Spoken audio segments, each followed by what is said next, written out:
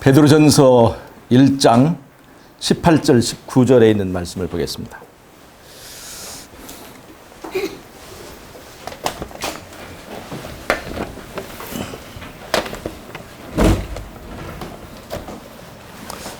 베드로전서 1장 18절 19절을 한번 찾아주세요.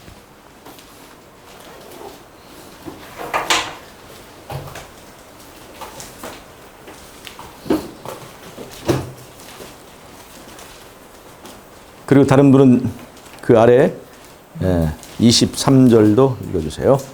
너희가 알거니와 너희 조상의 유전한 망령된 행실에서 구속된 것은 은이나 금같이 없어질 것으로 한 것이 아니요 오직 흠없고 점없는 어린 양 같은 그리스도의 보배로운 피로 한 것입니다. 자, 흠없고 점없는 보배로운 어린 양의 그 피로 된 것이니라. 23절. 너희가 거듭난 것이 썩어질 씨로 된 것이 아니요 썩지 아니할 씨로 된 것이니 예. 하나님의 살아있고 항상 있는 말씀으로 되었느니라. 자, 너희가 거듭난 것이 흠없고 점없는 보배로운 어린 양의 피로 된 것이니 그러므로 어찌해야 할 것인가? 베드로 후서 3장 14절을 한번 보세요. 베드로 후서 3장 14절.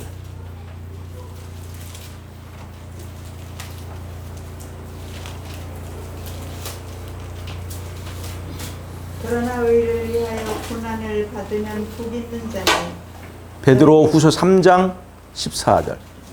그러므로 사랑하는 자들아 너희가 이것을 바라보나니 주 앞에서 점도 없고 흠도 없고 평강 가운데서 나타나기를 힘쓰라. 예, 잘 보세요. 이 흠없음에 관한 이야기가 계시록 14장 1절에서 5절까지 14만 4천에 관한 내용에만 나오는 것이 아니라 이 흠없고 점없음을 베드로도 이렇게 강조를 하고 있고 그다음에 바울도 강조하고 있고 성경 전반에서 이렇게 흠없고 점없는 것을 강조하고 있습니다.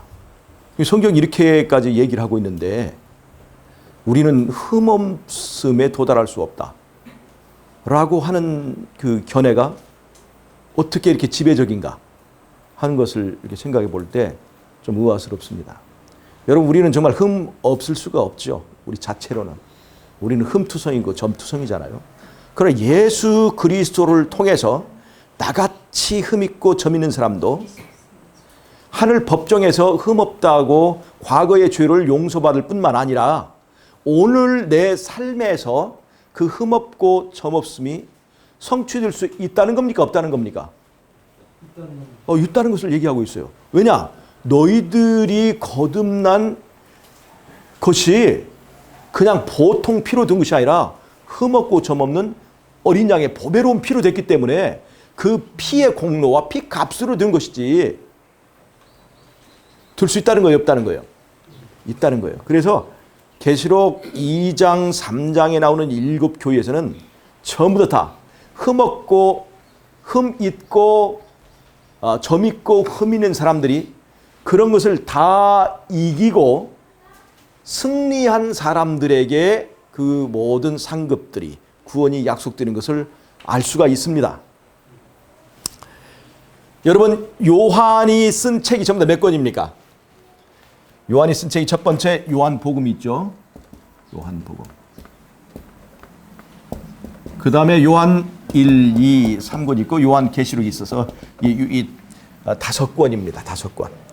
요한이 쓴 책이 5권인데 그 책의 내용을 하나의 그 문장으로 이렇게 요약하면 말씀이 육신이 되심입니다. 말씀이 육신이 되심이에요. 이것은 요한의 그 요한복음 1장 14절에서 그 말씀이 나오는데 말씀이 육신이 되심은 하나님의 말씀은 말로 끝나지 않고 말씀하시면 빛이 되고 말씀하시면 꽃이 되고 말씀하시면 낙원이 되고 말씀하시면 사람이 되는 이 말씀은 살아있는 말씀이라고 하는 것을 말해주는 것이 바로 말씀이 육신이 되심의 의미가 있어요.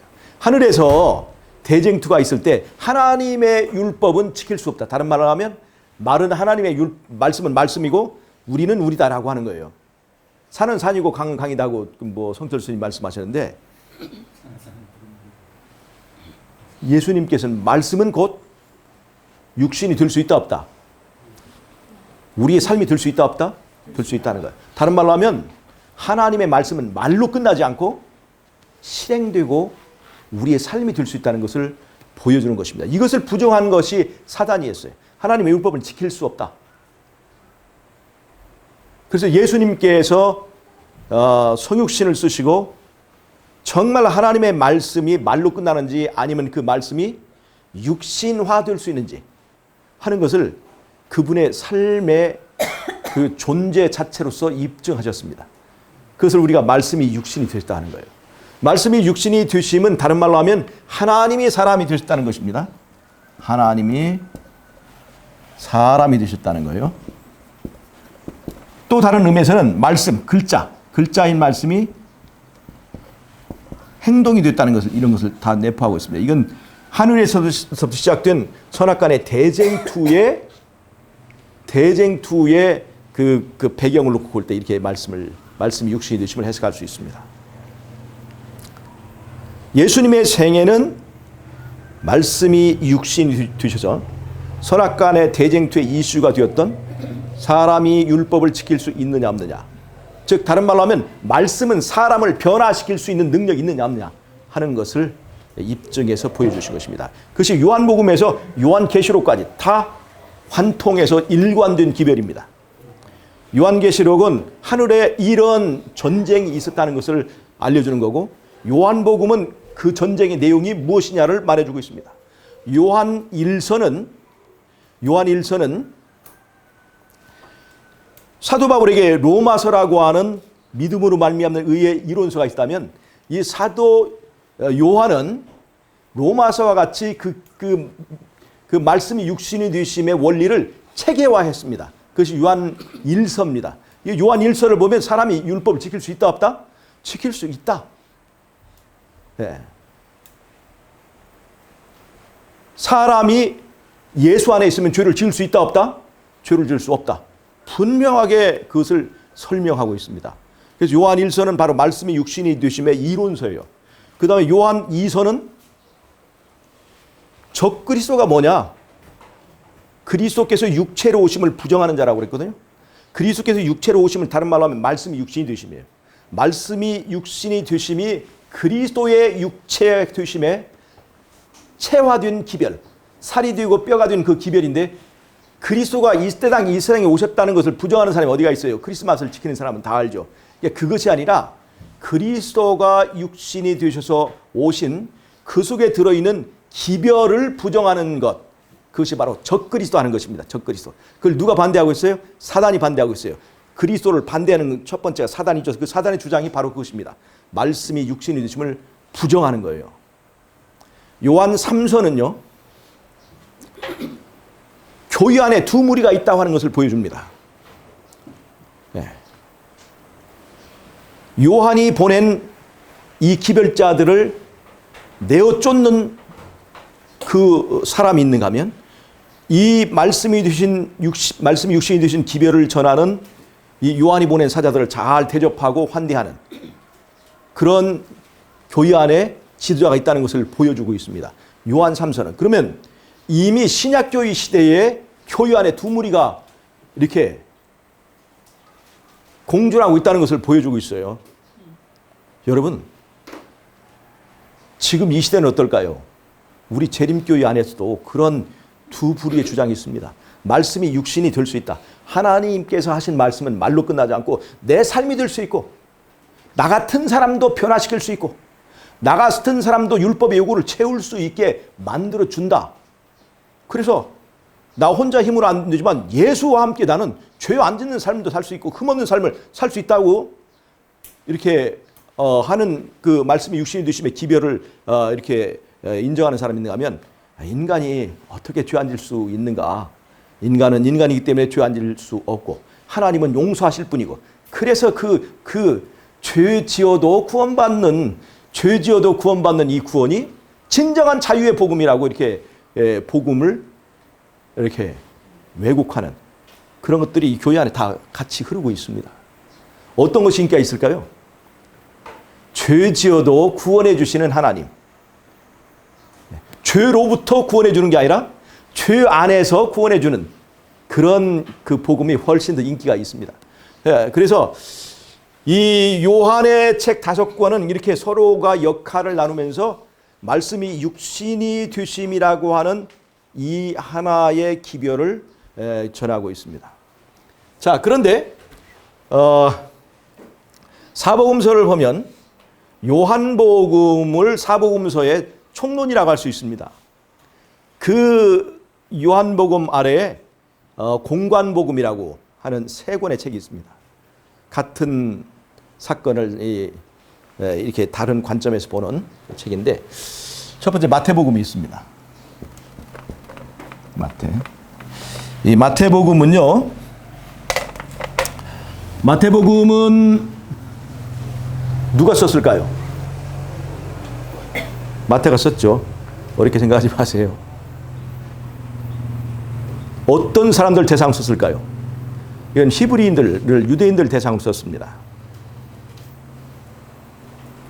그래서 마태복음에는 설교가 많이 있습니다. 성경에 관한 이 지식이 많은 사람들을 대상으로 하는 이 복음이기 때문에 설교가, 말씀이 많이 들어있어요. 이 마태복음에는 말씀이 아주 많이 있습니다. 말씀이, 요한복음에는 말씀이 많이 있어요. 예수님의 설교가 제일 많이 들어있죠. 그 다음에 이 마태복음에서는 예수님을요, 하나님의 아들로 소개하고 있습니다. 다른 말로 하면 예수님이 하나님이라고 하는 것을 인정하고 있어요. 하나님의 아들. 마가복음은 로마인들을 대상으로 쓴 복음입니다. 로마인들. 이 로마인들은 성경을 잘 알까요, 모를까요? 성경을 잘 알지 못합니다. 그래서 마가복음에는 설교가 거의 없습니다. 무엇만 있냐? 이적과 기사, 행동하시는 예수님, 섬기시는 예수님, 다른 말로 하면 행동하시는 예수님에 대한 얘기가 있습니다. 이 마가복음에는 행동하시는 예수님이 있습니다. 그 다음에 누가복음에는요, 누가복음은 누가 썼을까요? 누가가 썼습니다. 누가가 헬라인입니다. 헬라인. 그리스인이죠. 헬라인이에요. 헬라인들을 대상으로 쓴 복음이에요. 헬라인. 그래서 이 헬라 사람들이 굉장히 철학적이고 사유적인 그런 민족들이기 때문에 이 누가복음에는요, 헬라인의 철학과 사유를 초월하는 그 비유가 많이 있습니다. 이 누가복음에는 비유가 아주 많이 있어요.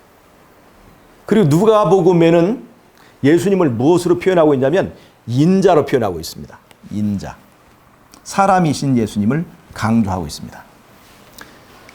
여러분, 마태복음을 기점으로 해서 말씀이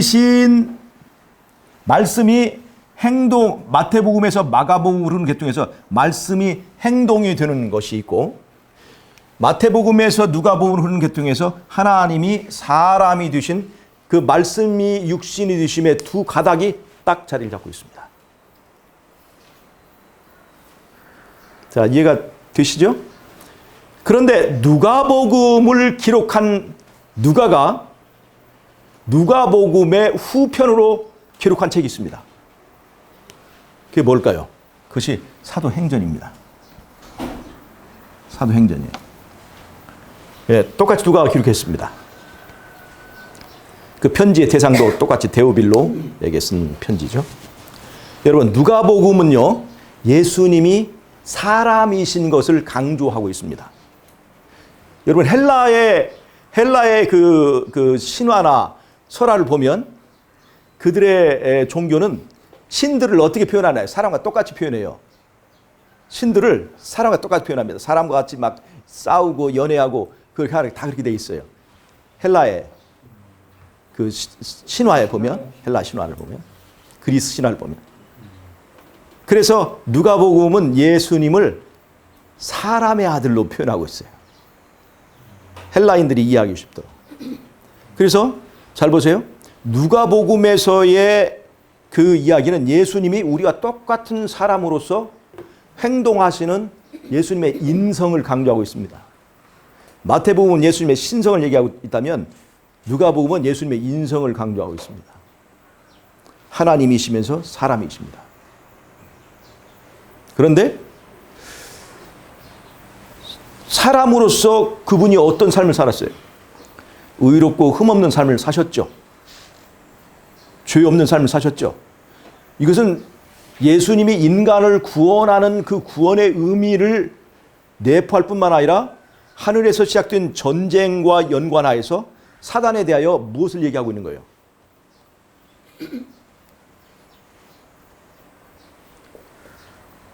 내가 인간이 되어서 보여준 이것은 나만 할 수 있다는 것을 말해줍니까? 너희들도 할 수 있다는 것을 말해주는 것입니까? 너희들도 이렇게 살 수 있다는 것을 말해주는 거예요. 즉 인간이 율법을 지킬 수 있다 없다? 지킬 수 있다.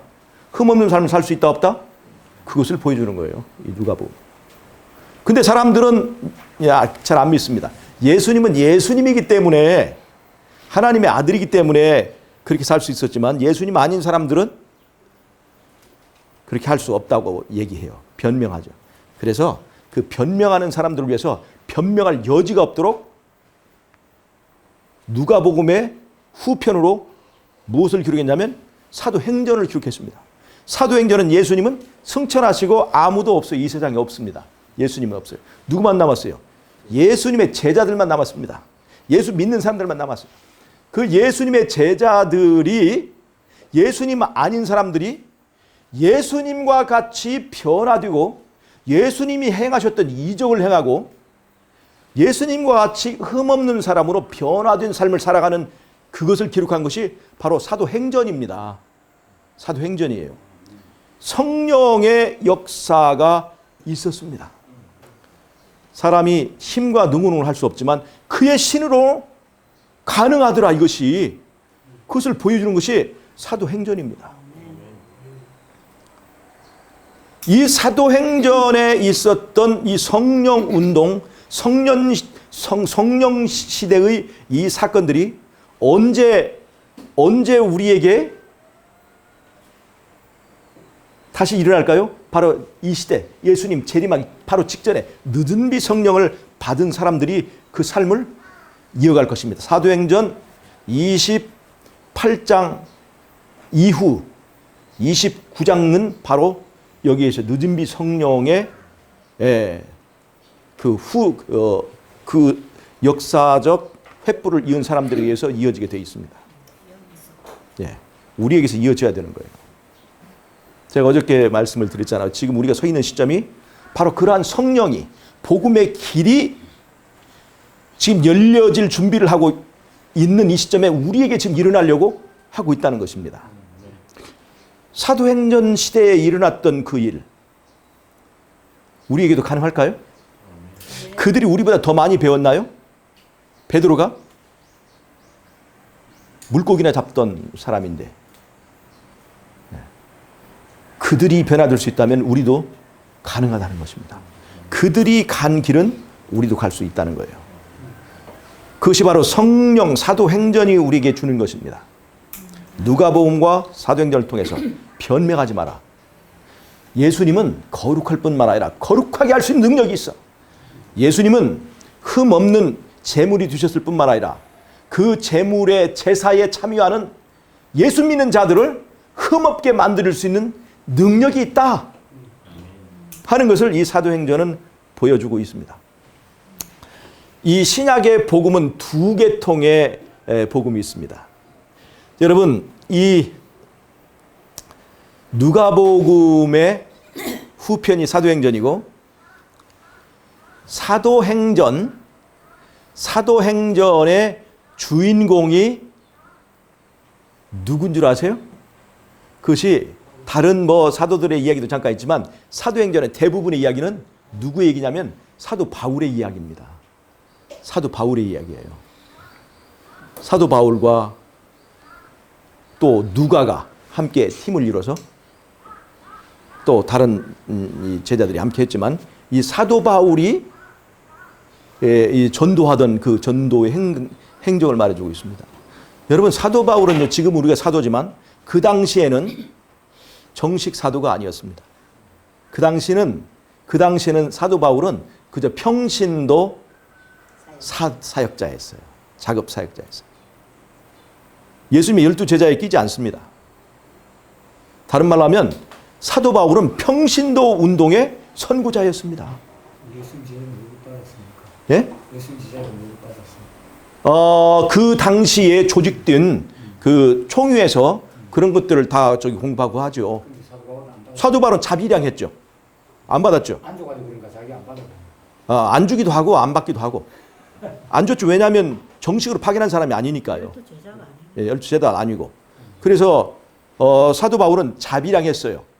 자기가 천막을 깁고 가면서 다른 사람에 패기치 않고 오히려 도와주면서 이제 복음을 전했습니다. 그리고 이렇게 하는 것이 내가 조금이라도 양심을 가진 사람이 여로서 하는 짓이다. 왜냐하면 나는 이제 월급 받을 자격도 없고 내가 얼마나 예수님 그 제자들 핍박하고 했는데 감히 내가 그 얼굴도 못 내밀고 그냥 이렇게라도 날 써주신 거 감사하다. 내가 조금이라도 그냥 양심 있는 표가 바로 이게 자비량 선교다. 그렇게 얘기를 그때 해요. 당시에 사도 바울이 이방인 사도로 파견할 때 예. 그때 그게 예루살렘 총회나 그게 그것이 아닙니다. 그거 안 해줬어요? 예, 그거 아니에요. 예.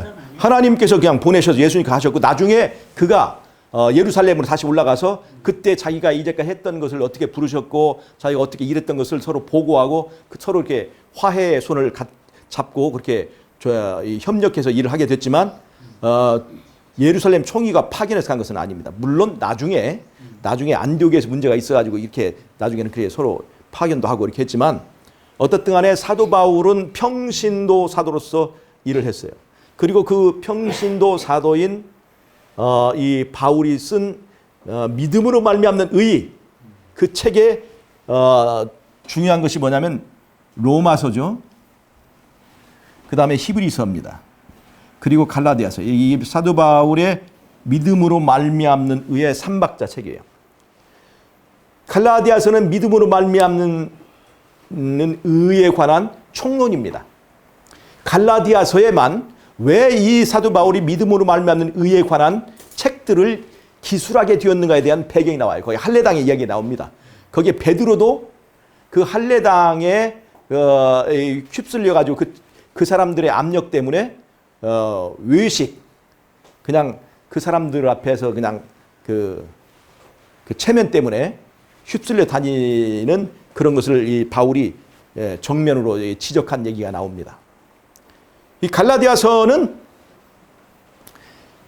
사람이 어떻게 율법으로부터 자유로울 수 있는가에 대한 그 설명을 합니다. 이 갈라디아서를 해석하면서 우리가 보통 개신교에서는 십자가에서 율법이 패했기 때문에 우리는 율법으로 자유롭다 이렇게 얘기를 합니다. 그러나 갈라디아서는 그렇게 율법으로 자유롭게 되는 것을 그렇게 말하고 있지 않아요. 율법이 있음에도 율법 위에 있게 되는 어떤 사람의 변화, 사람이 변하니까 율법이 있음에도 불구하고 율법의 요구를 뛰어넘는 자유인이 되더라. 하나님께서 우리에게 새로운 마음과 거듭난 심령을 주니까 육체의 정욕이 있음에도 불구하고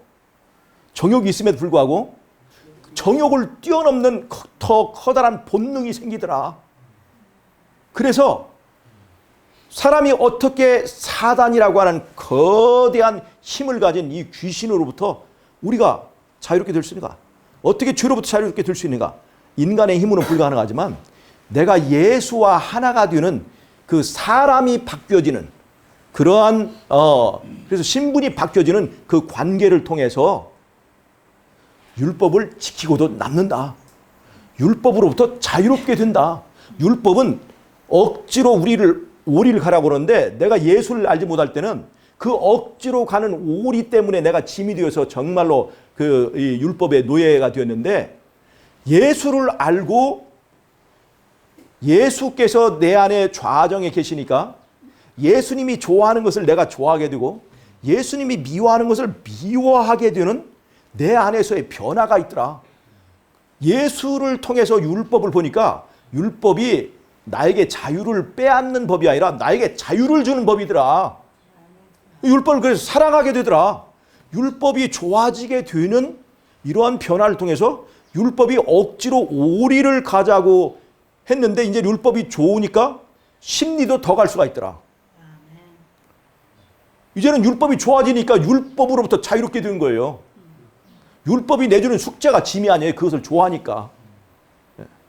그것을 말해주는 것이 갈라디아서입니다. 이거 굉장히 중요합니다. 사람이 어떻게 율법으로부터, 죄로부터, 정욕으로부터, 마귀로부터 자유로울 수 있는가?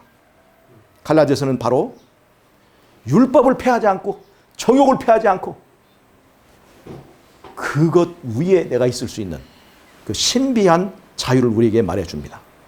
로마서는 갈라디아서가 이 믿음을 만나는 의의 총론이라면 로마서는요 이것을 더 체계화했습니다. 로마서의 주제는 로마서 1장 2절 3절에 있습니다. 거기에 보면 예수님을 다윗의 자손으로 표시하고 있어요. 예수님을 다윗의 자손으로. 이게 무슨 말이냐면 다윗의 자손이라고 하는 것은 정통 왕의 자격을 가지고 있다. 왕이 될 수 있는 정통을 가지고 있는 그런 분이다 하고 얘기하고 있습니다. 다른 말로 하면 여러분 우리가 죄를 지게 되면 사람 안에 이 보좌에 원래 예수님이 계셔야 돼요. 예수님이 왕이에요. 예수님이 왕이죠. 예수님이 왕일 때는요. 예수님을 통해서 내가 하늘과 연결돼야 한대요. 하늘과 연결됩니다. 하늘의 능력을 사용할 수 있어요. 그래서 하늘의 능력을 통해서 육체의 정욕을 다스릴 수 있었습니다.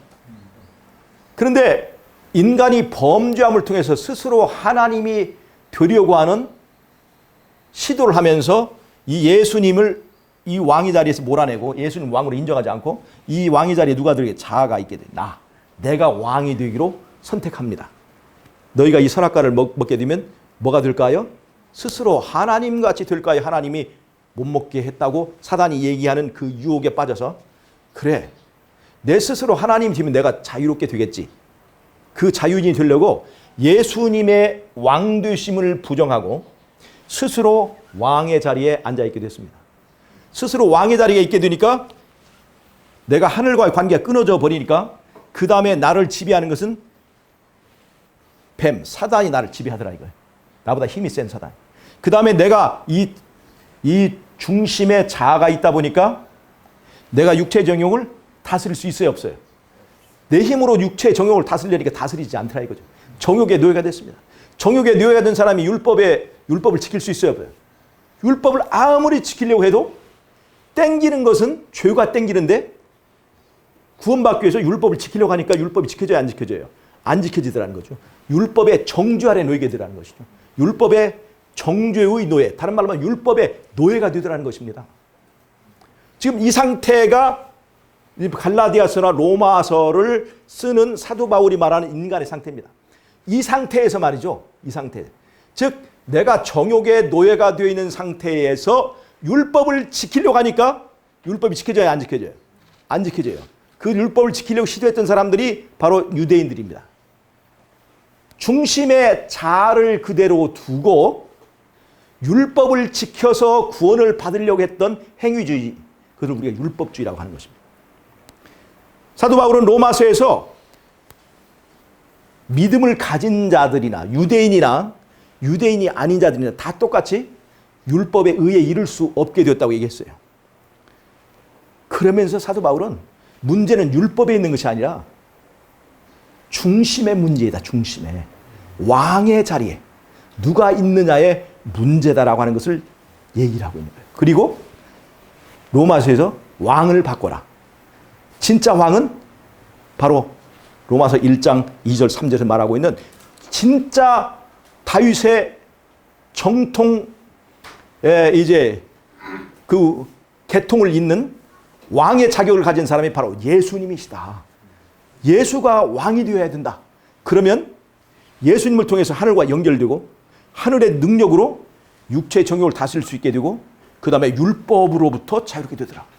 중심에 예수가 놓여지니까 율법이 나를 심판할 때 사람의 껍데기를 보지 않고 사람의 중심을 꿰뚫어 볼 때 그 안에 누가 있어요? 내 주인이 예수님이다 보니까 나는 죄인이지만 내 주인의 공로를 보고 내가 의롭다고 선언할 수 있는. 그래서 율법의 정죄로부터 자유롭게 되는 것입니다. 그 다음에 예수님의 중심이 있기 때문에 율법의 정죄로부터 자유를 뿐만 아니라 이제 내가 율법을 사랑하게 되어서 율법을 지키고 행하는 것이 어렵지 않게 되더라라고 하는 이 거듭남의 얘기가 여기서 시작되는 것입니다. 그리고 로마서는 행위를 바꾸기 전에 뭘 바꾸라? 네 마음을 바꾸라 하는 거예요. 마음을 바꾸라. 너의 왕을 바꾸라. 왕을. 지성소에서의 개혁을 말하고 있습니다. 지성소에서 개혁을. 육체의 성소, 육체의 지성소의 개혁을 말하고 있습니다. 이 로마서는요. 육체의 지성소의 개혁이 이루어져야 율법으로부터 자유롭게 되고 우리가 의를 얻을 수 있다. 히브리서는 하늘 성소에서 우리를 중보하시는 예수님에 대해서 얘기를 해줍니다. 하늘 성소를 얘기하고 있어요. 하늘 성소에서 예수님이 나의 변호사로서 대제사장으로서 변호를 하시죠. 그러면 하늘 성소에서 예수님이 나를 위하여 변호를 하시려면 위임장을 써줘야 돼요? 안 써줘야 돼요? 변호사 위임장이 없는데 예수님이 나를 위해 변호할 수 있나요? 그 위임장이 뭐냐? 하늘 성소에서 예수님이 나를 위하여 변호할 수 있는 자격은 이 땅의 육체 성소 안에서 예수님이 나의 왕일 때에만 가능합니다. 즉 하늘 성소에서 예수님이 나를 대언하기 위한 조건을 말해주는 것이 바로 로마서입니다. 즉 하늘 성소의 관점에서 믿음으로 말미암는 의를 설명하는 것이 히브리서라면 그 하늘 성소에서 나를 위하여 예수님이 대언하기 위해서 이 땅의 육체 성소에서 예수님은 무엇이 되어야 되느냐? 내 안에서 왕이 되어야 되는 거예요. 예수님은 우리의 왕이 되어야 하늘에서 나의 대제사장이 될 수 있다는 것을 말해주는 것이 바로 사도 바울의 믿음으로 말미암는 의의 이 중요한 이 복음의 짝입니다. 그래서 로마서와 히브리서는 뗄 수가 없어요. 이 구조도 아주 유사하게 되어 있습니다. 이것을 말하자면 시간이 걸리니까 로마서와 히브리서가 구조도 비슷하면서 이런 내용을 가지고 있고 갈라디아서는 그 총론을 얘기하고 있습니다. 사도 바울의 믿음으로 말미암는 의는 이렇게 구성이 되어 있습니다. 그 다음에 사도 바울의 로마서를 말할 때 반드시 떼놓을 수 없는 것이 야고보서예요. 야고보서는 로마서의 믿음은 행위를 부정하는 것이 아닙니다. 행위의 주인을 바꾸는 거예요. 행위의 주인을 바꾸는 거예요. 그럼 행위의 주인을 바꾸면 행위를 부정하는 것이 아니라 주인이 바뀌어진 행위가 반드시 나와야 되는 거예요. 그것을 말하는 것이 야고보서입니다. 로마서를 반행위, 믿음을 행위 없는 것으로 얘기하고 그렇게 말하면 로마서와 야고보서는 적이 돼요. 그런데 진정한 믿음은 행위를 부정하는 것이 아니라 내 행위가 아니라 예수의 행위로 내가 구원받는다 하는 것을 얘기하고 있어요. 그래서 행위의 주인을 바꾸는 겁니다. 로마서는 행위의 주인을 바꿔라. 그 다음에 야고보서는 믿음은 말이 아니라 행동이다. 행동하는 것이다. 그래서 주인이 바뀌어진 상태에서 나오는 성령의 열매인 행위를 반드시 이제 우리 삶에서 실천하라고 얘기하고 있어요. 그래서 로마서와 야고보서는 뗄 수 없는 관계에 있습니다. 그 다음에 사도 바울이 쓴 책 중에서 이 믿음으로 말미암는 의를 위해서 전도지를 하나 만들었습니다. 전도지라는 뭐예요? 짧은 내용 안에 압축된 그 내용. 사도 바울이 만든 믿음으로 말미암는 의의 전도지가 뭔 줄 아세요? 그것이 바로 빌레몬서입니다. 한 장으로 되어 있죠? 빌레몬서는요, 우리가 만약에 성경을 가져갈 수 없고 성경을 딱 한 장만 찢어가야 된다고 한다면 이 빌레몬서를 가져가면 이게 여기에 복음이 다 들어 있습니다. 이게 무슨 얘기냐? 빌레몬은 골로새 교회의 귀족입니다. 빌레몬은 골로새 교회의 귀족인데 그 귀족 빌레몬의 집에 종이 오네시모예요. 근데 이 빌레몬은 그리스도인입니다. 잘했겠어요? 못했겠어요? 자기 노예들에게. 잘했겠죠. 아주 이렇게 좋은 주인이었지만 오네시모는 그래도 자기는 노예가 싫은 거예요. 노예 신분이. 어떻게 빌레몬으로부터 자유를 얻을 것인가 라고 생각하다가 어느 날 빌레몬의 집에서 이제 귀중품 훔쳐가지고 도망가요. 자유를 얻으려고. 그런데 자유를 얻을 수 있어요? 없어요? 도망가니까 더 이제 잡히면 죽는다고 하는 그 공포감에 시달리고 자유를 얻을 줄 알았더니 공포감만 더해지고 자유를 얻지 못했어요. 그래서 이 오네시모가 어디로 도망가냐면 로마로 도망갑니다. 많은 사람들 속에 숨어 지내려고 도시로 도망가죠. 거기서 누구를 만났냐면 바울을 만났습니다. 그래서 바울의 복음을 듣고 거기서 그리스도인이 되었습니다. 바울은 빌레몬의 영적 아버지예요. 빌레몬은 예배 소장님이고요. 바울의 가르침으로 이 빌레몬이 이제 예수님을 믿고 구원을 얻은 사람인데, 바울이 감옥에 있을 때 끝까지 남아있는 사람이 오네시모였습니다. 오네시모는요, 빌레몬으로부터 도망가면 자유를 얻을 줄 알았어요. 근데 그가 진정으로 자유를 얻은 것은 로마에서 바울을 만나고 나면서 섬기는 정말로 좋아진 그때부터 이 오네시모에게 자유가 왔어요. 근데 그 오네시모를 어떻게, 이 바울은 알죠. 오네시모의 한 가지, 이 세상에서 정말 만나고 싶지 않은 마지막 한 사람이 바로 누구라면 빌레몬이죠. 근데 이 빌레몬과 오네시모를 화해시키기 위하여 이제 바울이 오네시모에게 편지를 써준 것이 바로 빌레몬서입니다. 그 빌레몬서를 가지고 이제 오네시모가 빌레몬에게 찾아갑니다. 그 얘기가 바로 빌레몬서 배경이에요. 거기 뭐라고 그러냐면, 빌레몬아, 내가 오네시모를 로마에서 만났는데 내 아들이다. 근데 내가 들어보니까 이 오네시모가 너한테 피해를 많이 줬다고 그러네. 이 오네시모가 갚을 것을 나한테로 회개해라. 내가 너 영적인 생명을 얻게 해줬고 복음을 전해줬잖아. 너는 나한테 빚이 있잖아. 그러니까 이 오네시모가 갚아야 될 빚을 나한테 회개해서 이 오네시모의 빚을 계산하라. 그렇게 얘기를 하고 있어요. 여러분, 이 관계에서 바울은 예수님의 입장에 있는 거고 이 빌레몬은 율법의 위치에 있는 거예요. 오네시모는 바로 죄인인 저와 여러분입니다. 근데 바울은 빌레몬을 무시하거나 빌레몬을 없애서 오네시모가 자유롭게 된 게 아니에요. 빌레몬에게 돌아가서 빌레몬과 오네시모가 화해하게 만듭니다. 어느 날 오네시모가 돌아와요. 편지 한 장을 가지고 와서 뭐라고 그럴까요? 거만하게 웃으면서 편지를 탁 던지면서 읽어보시오. 그렇게 했을까요? 내가 지금 그리스도인이 돼가지고 내가 바울 선생님 나 없으면 아무것도 못해요. 그렇게 했을까요? 오네시모는 정말 이제 거듭났습니다. 정말로 거듭났습니다. 정말 거듭났어요. 이제는 섬기는 일이 정말로 좋아진 사람으로 왔어요. 그리고 오네시모에게 와서 무릎을 꿇습니다. 주인님, 제가 주인님 내게 피해를 많이 끼쳤고 제가 도둑질했고 주인님 배신했는데 제가 다시 돌아왔습니다. 저에게 주인님 처분 내리고 싶은 대로 하세요 하고 편지를 줘요. 편지를 읽어보니까 빌레몬이 그렇게 그리워하던 바울의 이야기가 있어요. 바울이 얘기합니다. 이 빌레몬아, 오네시모가 너에게 전에는 노예였지만 지금은 친구로 받아줘라. 나를 보고.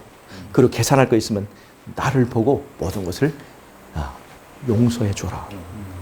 빌레몬이 공은 공이고 사는 사지. 이 자식 감옥에다 쳐넣으라고 했을까요? 이 오네시모가 바울에게 섬겼던 그 모든 얘기를 듣고 오네시모의 얼굴에서 누가 보였을까요? 바울이 보인 거예요. 전에는 이놈 자식 내가 그 배운 망대가 너 얼마나 잘해줬는데, 내가 다른 사람 주인대로 막 채찍고 때리고 했는데 나는 한 번도 안 때렸는데 나를 배신하고 하다니 너는 이놈 새끼 잡히기만 해봐라. 그냥 뒤진다. 그렇게까지는 안 했겠지만 기분이 안 좋았겠죠. 섭섭했겠죠. 근데 돌아왔을 때 바울의 그 얘기를 통해서 오네시모를 받아줬을까 받아줬어요. 오네시모야, 너는 이제 주 안에서 우리는 형제다. 오네시모가 주인님, 이제 제가 더 잘하겠습니다. 더 잘하겠습니다. 이제 빌레몬이 용서해 주니까 너무나 좋은 거예요. 이제 빌레몬이 잘했을까 안 했을까요? 정말 잘했습니다. 빌레몬은 이 오네시모를 사랑하고 우리는 형제야. 오네시모가 나중에 에베소 교회의 주교가 됐습니다. 여러분, 이것이 바로 믿음으로 말미암는 의를 한 장 그림으로 설명해 준 빌레몬서의 비밀입니다. 여러분, 예수님을 믿은 사람은 율법과 화해하게 됩니다. 율법 속에서 누구를 볼 수 있어요? 예수님을 볼 수 있는. 율법은 이제 나를 봅니까? 내 안에 있는 예수님 봅니까? 예수님 보고. 나는 이제 예수님 때문에 율법이 좋아졌고, 그래서 빌레몬과, 잘 보세요, 빌레몬과 오네시모가 잘 먹고 잘 살았다는 거예요. 둘이 잘 됐다는 얘기입니다. 이 얘기는 바울과 오네시모가 잘 지냈다는 얘기 아니라 나중에 빌레몬과 오네시모가 서로 친하게 친구처럼 신분을 뛰어넘어서 둘이 얼마나 잘 지내고 잘 살았는가를 말해주는 것이 바로 빌레몬서의 얘기입니다. 옛날에는 율법이 우리의 원수였지만 예수님을 통해서 율법을 사랑하게 된 사람은 율법으로부터 이렇게 자유롭게 되는 거예요.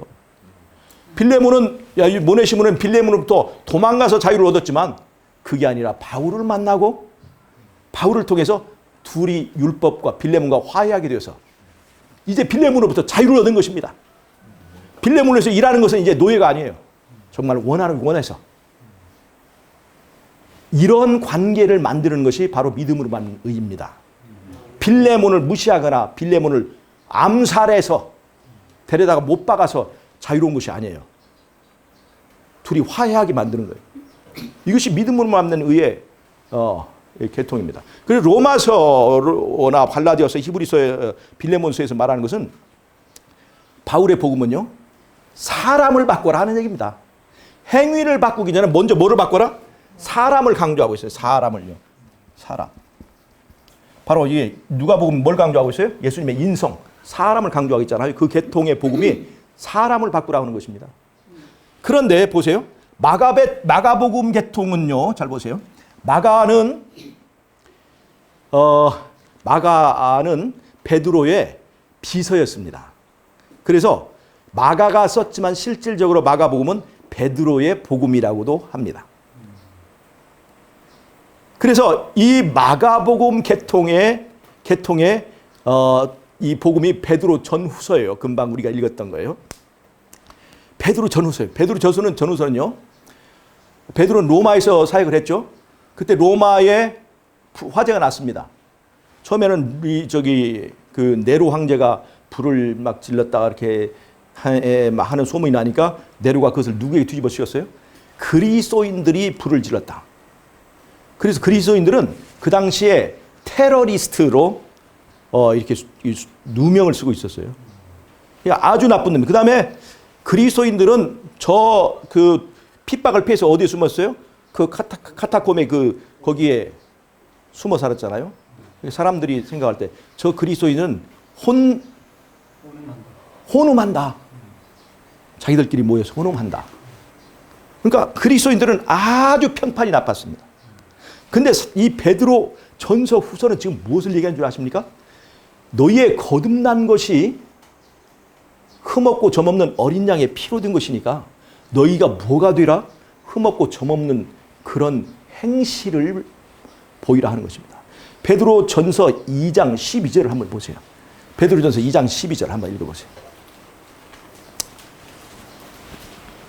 조금만 더 하겠습니다. 베드로 전서 2장 12절.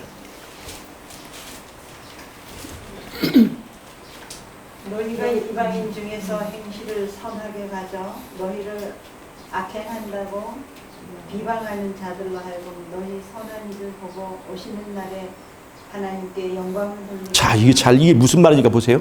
지금 로마 사람들은 그리스도인을 좋게 봐요, 나쁘게 봐요? 아주 나쁘게 보고 있습니다. 자기 이 그리스도인들에 대한 아주 극도의 혐오감을 가지고 있는 사람들이라 할지라도 저 사람들이 흠이 없는 사람이라는 것을 인정받을 만큼, 즉 누구에게 인정받을 만큼? 로마인들에게도 인정받을 만큼 흠 없는 삶을 살아가는 거예요. 점 없이 흠 없이 서라고 지금 얘기하고 있는 거예요. 여러분 이런 일이 가능합니까? 로마인들, 그들을 미워하고 그들을 혐오하는 그들에 대해서 아주 안 좋은 편견을 가진 사람에게서조차라도 인정받는 흠없음, 그것을 가지라고 있어요. 행위를 강조하고 있는 겁니다. 평신도 사도인 바울은 사람, 마음을 바꾸라, 마음을 강조하고 사람을 강조하고 있어요. 그런데 베드로는 행실을 강조하고 있습니다. 그래서 사람을 바꾸면 행실도 바꿔진다고 하는 것을 이 베드로의 복음과 바울 복음은 양쪽에서 그것을 균형을 잡고 있습니다. 사람만 하는 게 아니라 반드시 행실을 바꾸는 단계까지 이르러야 된다는 것을 얘기해 주고 있어요. 이것이 성경 전체의 믿음으로 말미암은 의의 두 개의 체계를, 양대 체계를 이루고 있습니다.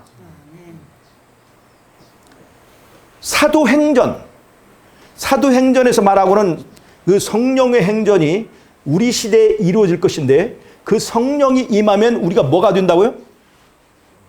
증인이 된다는 것입니다. 증인. 대쟁투상에서 말이죠. 대쟁투상에서 우리는 누구를 위하여 증인이 돼야 돼요?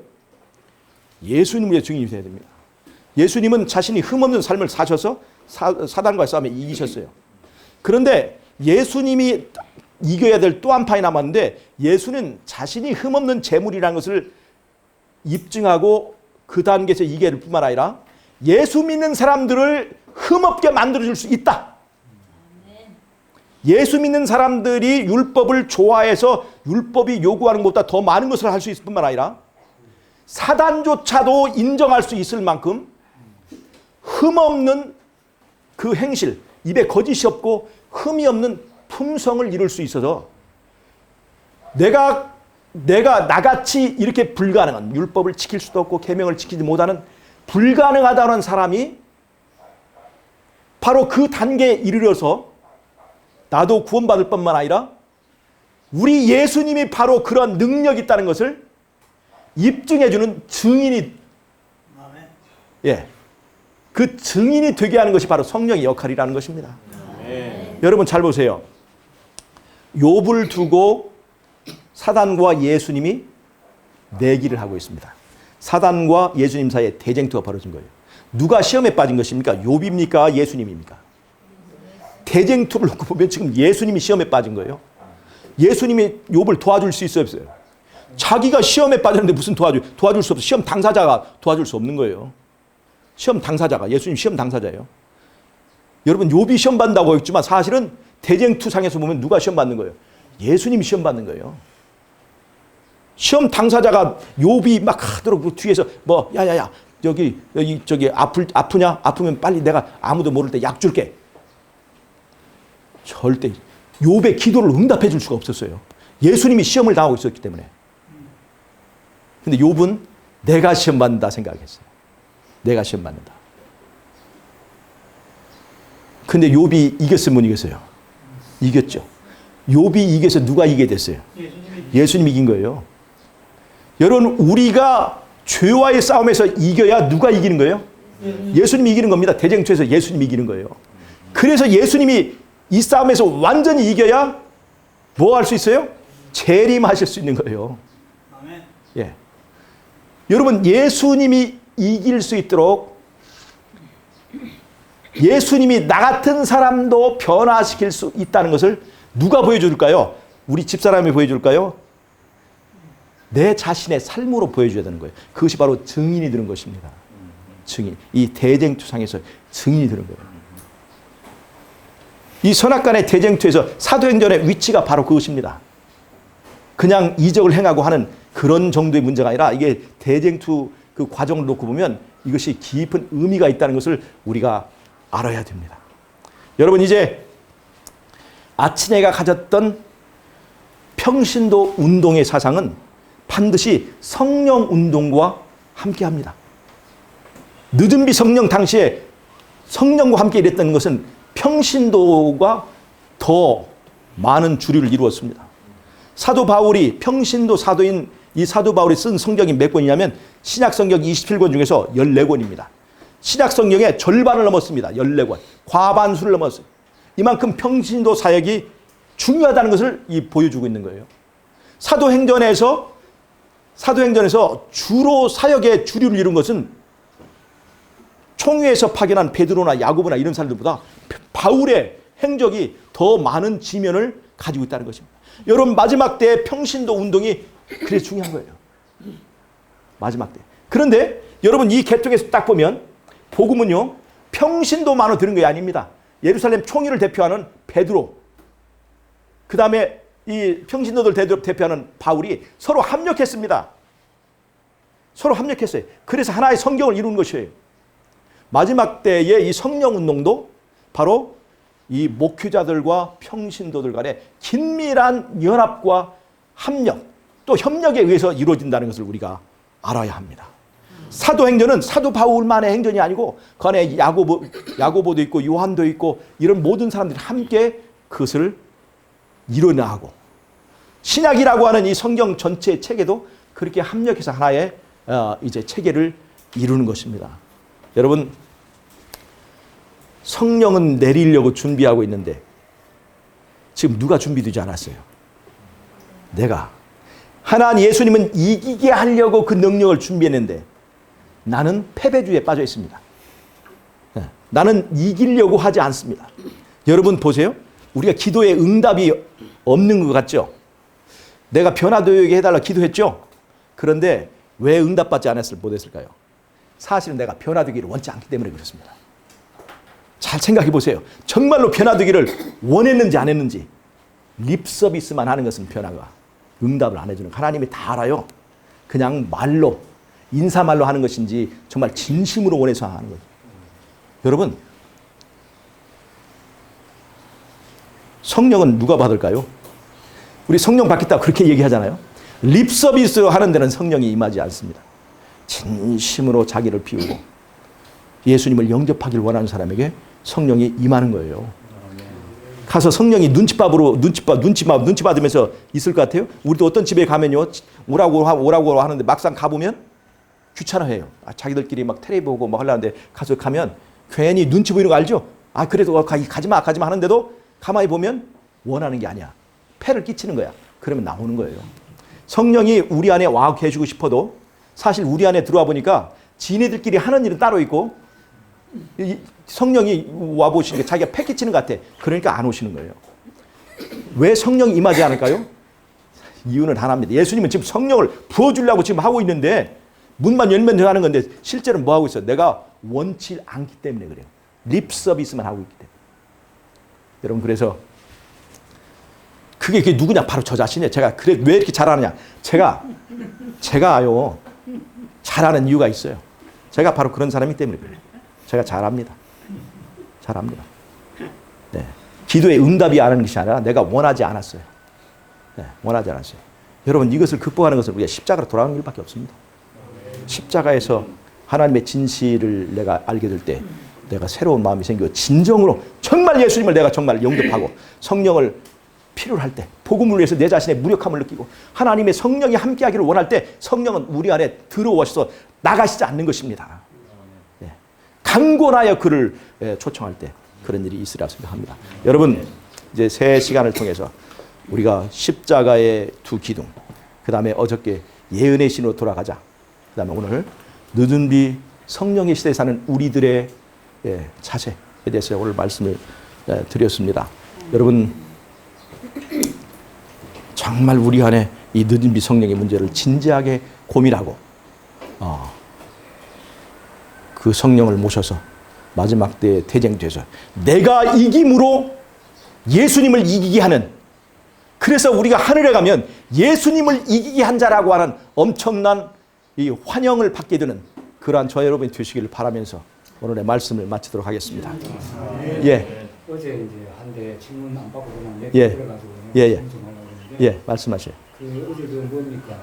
우리가 예수님의 완전에 대해서 말했잖아요. 예. 예수님은 그러니까 100% 완전이다. 예. 우리는 60%만 된다 그래가지고 예. 그거를 이제 검정고시 예를 들었어요. 예. 근데 그 60% 완전이라 그러는데 그럼 예수님 100% 그걸 어떤 의미에서 그렇게 말하죠? 그거 좀 예, 그거는 난 머리가 둥해가지고 예, 알겠습니다. 좀 그럼 제가 여기 끝나고 제가 자세히 말씀해 드릴게요. 지금 여기 왜냐하면 다음 시간이 있으니까 일단 끝내고 예, 걱정하지 마세요. 제가 설명해 드릴게요. 자, 제가 기도하고 마치겠습니다. 하나님 우리 아버지, 이 부족한 저희들을 하나님의 대쟁투에서 증인으로 불러주셔서 감사합니다. 늦은 비 성령을 우리가 모시고 우리 혼자 힘으로 할 수 없던 그 불가능한 일들을 해낼 수 있도록 주님 우리와 함께 해주시고 우리의 한 걸음을 이끌어 주시기를 예수님의 이름으로 기도드리옵나이다.